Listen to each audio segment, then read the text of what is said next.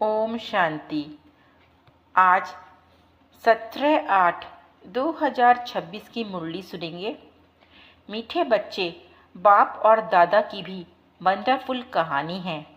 बाप जब दादा में प्रवेश करें तब तुम ब्रह्मा कुमार कुमारी बरसे के अधिकारी बनो। तो बाप और दादा की भी यह वंडरफुल कहानी है। ये वंडरफुल कहानी इसलिए है क्योंकि यह कहानी हर कल्प रिपीट होती है। जब शिव बाबा ब्रह्मा बाबा के तन में प्रवेश करते हैं और हम बच्चों को ब्रह्मा कुमार कुमारी बनाकर वर्षे का अधिकारी बनाते हैं। तो प्रश्न है, निश्चित ड्रामा को जानते हुए भी तुम बच्चों को कौन सा लक्ष्य अवश्य रखना है?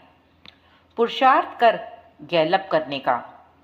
यहाँ गैलप करने का अर्थ है मतलब पुरुषार्थ में तेजी लाना, यानी तीव्र गति का पुरुषार्थ करना।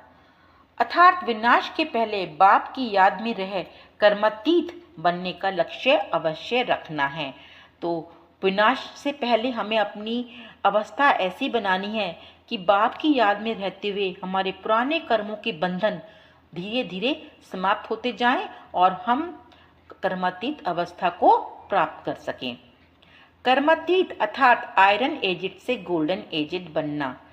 तो हमें अपनी आत्मिक अवस्था को इस आयरन एजेड की यानी इस कलयुगी दुनिया की पतित तमो प्रधान स्थिति से निकालकर हमें गोल्डन एज यानी सतयुगी दुनिया की पवित्र और संपूर्ण स्थिति तक हमें उसको ले जाना है।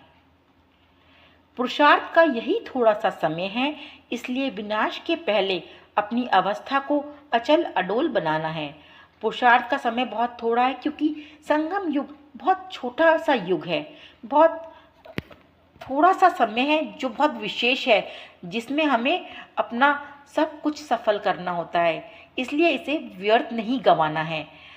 चाहे कितनी भी परिस्थितियां आए, कितनी भी कुछ हमारे सामने परेशानियां या कुछ भी बात आए, मन और बुद्धि की स्थिति हिले नहीं।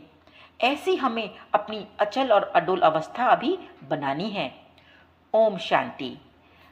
ये दोनों कौन कहते हैं? एक था बाबा, एक था दादा।